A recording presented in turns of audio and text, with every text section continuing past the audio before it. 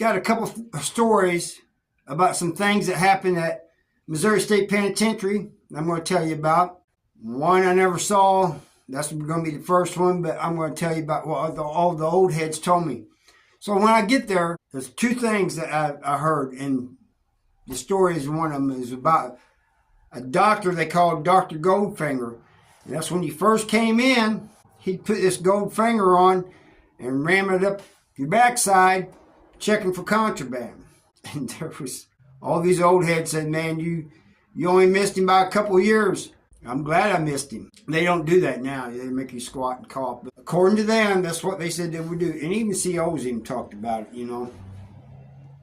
Like, you better be glad you didn't get here when Dr. Goldfinger was here. But that was just something I heard all the time there. The whole time I was there was about Dr. Goldfinger. And it was always by these old heads. The second one is about Mona. People keep wanting me to talk about Mona. And I think I mentioned Mona in another video, but I'm going to do it again. Mona is basically a legend. I mean, infamous. People who've never even seen Mona that's been in prison know about Mona. There's even people out here that know about Mona. What gets me, though, is that I've had some people say, well, I've talked to Mona. Mona was a nice person. No way in hell am I believing that. When I met Mona, it was at Missouri State Penitentiary, and I stayed as far away from him as I could. The dude was a Golden Glove boxer, and all these old heads told me, said, man, you got to be careful. He knocks people out. A lot of people called him a she. Knocks people out and does things to their D, the front side. But some of these old heads told me, said, these guys have been knocked out by him, they're not telling you the whole story. Mona goes both ways. I don't know whether that's true or not. Basically what they're saying is Mona was getting those cheeks. Like I said, I don't know how true that is, but I do know that he was a Golden Glove boxer. They had a boxing ring at Missouri State Penitentiary. It's the only prison I've been in that did. And they would, you could settle fights. If you had an argument with somebody, you could go in the ring and settle that way instead of, taking shanks or bare fists to one another. And some people did that. But Sonny Liston, I think, is, if I'm not mistaken, Sonny Liston is the one who started boxing there and got the ring put in, and he ends up getting out and going and fighting Muhammad Ali and all of that. But anyway, back to Mona. So after 5 years at Missouri State Penitentiary, I leave.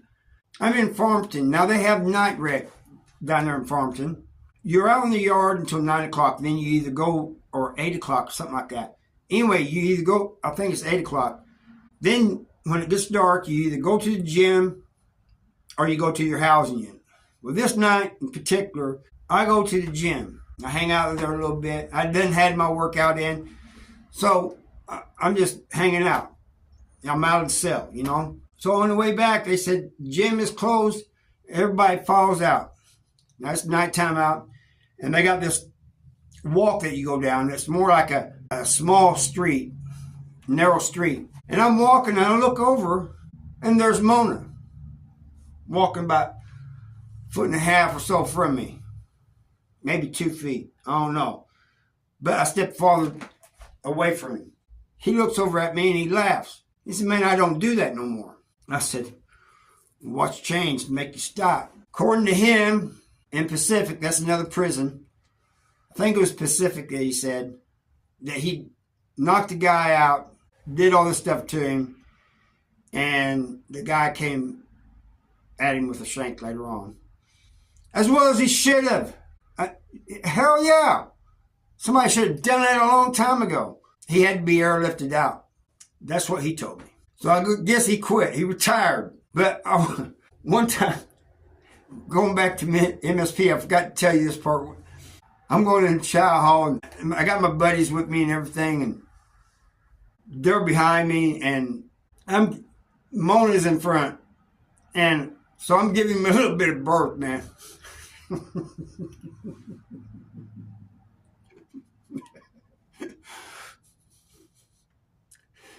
I guess he sensed that. He turned around. He said, man, dude, you ain't got nothing to worry about. You know, you're not my type. I didn't know whether to be relieved or like what, you know, because I'm like, since when have people like you had a type? You know, you don't care as long as it's a hole, you know, as long as you get what you want. So these old heads were laughing back here.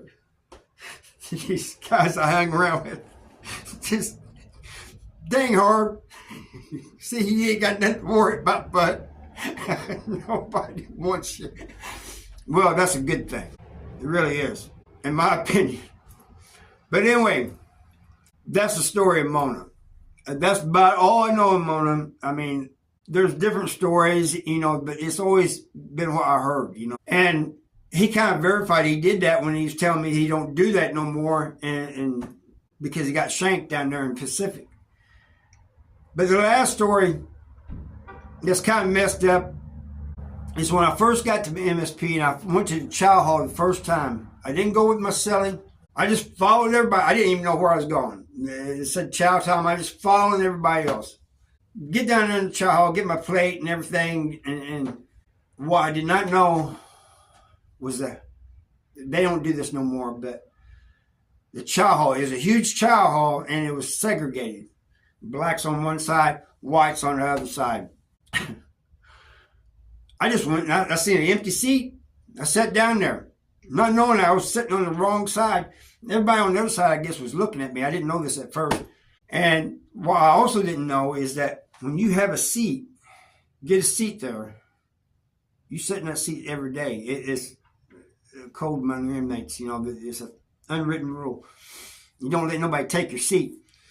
And this black guy comes up to me and he says, hey, man, he's real nice about it. He goes, you're in my seat.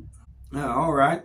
You know, I didn't know. I'm new at all this. So I moved around a little bit to another seat at the same table. He sits there and he goes, that's my partner's seat. He goes, I'm going to give you a piece of advice.